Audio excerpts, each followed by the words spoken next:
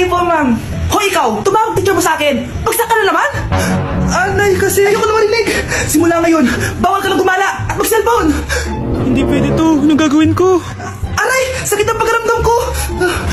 Magpahinga ka na, anak! Bibili ka ng Chicken Joy! Sige po, Nay! Effective yung plano ko ah. A few moments later. Anak! Ayan, bilis, bilis! Oh, nag-cellphone ka na? Okay ka na, no? Maglinis ka na sa baba! Ang sakit! Ang sakit talaga ng pagkaramdam ko! Aba, teka! Huwag mo ako niloloko, ha? Magbihis ka na! Pupunta tayo sa doktor! Nay! Tara na! Hello, Doc! Ipapacheck up ko po tong anak ko. Sige, pasok kayo! Ano po nangyari sa kanya? Kasi Doc, palaging may masakit sa kanya. Totoo ba to, Doc? O kunwari niya lang para di siya mautusan? Tignan natin. May malalasakit yung anak mo!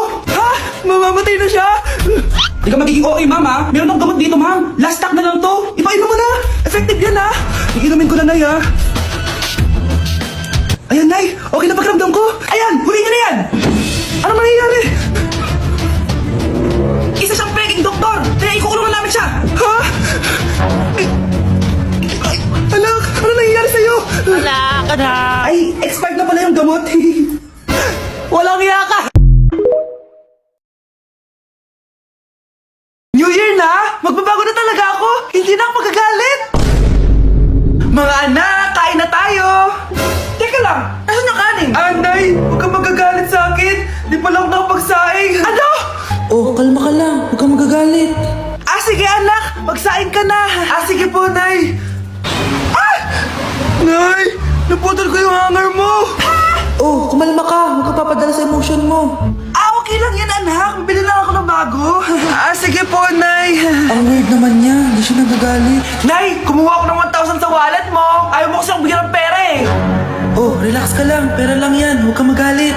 Sige anak, mag-shopping ka lang! Go! Yes! Easy money! Mga anak, matulog na tayo! O ikaw, ano gusto mo? Nay, kailangan ko pala ng one whole sheet bukas tapos ng glue. Kung kailan gabi na? Oh, relax ka lang. Anak mo yan. Bilhan mo na siya. Sige anak, lalabas ako ngayon kahit alas 12 na para bilhin lang yung mga kailangan mo, no? A few moments later. Nay, bakit pala di na kayo masyado nagagalit sa amin? Kasi New Year na, nagbago na ako. Wow, Nay! So di ka galit kay tatay kasi kapit niya yung kapitbahay natin? Ano? Lagot, paano kakalma nito? Hi, Mars! Happy New Year! Mars, parang may nagbago sa'yo. Oo! Mamamatay tao na ako ngayon! Kapit ko pa ng asawa ko, ha? Halika dito!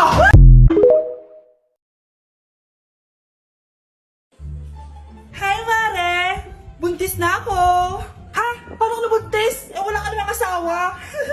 Hello po. Nagbibigay po kami ng pera sa mga nangangailangan.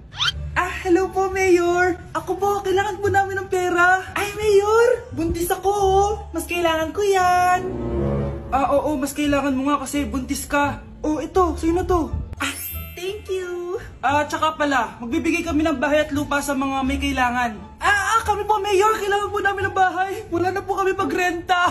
Hindi. Buntis ako, oh. Kawawa naman yung bata kung wala siyang bahay, di ba? Oo nga, mas kailangan niyo yung bahay. O ito, sa inyo yung bahay. Thank you. Sandali lang.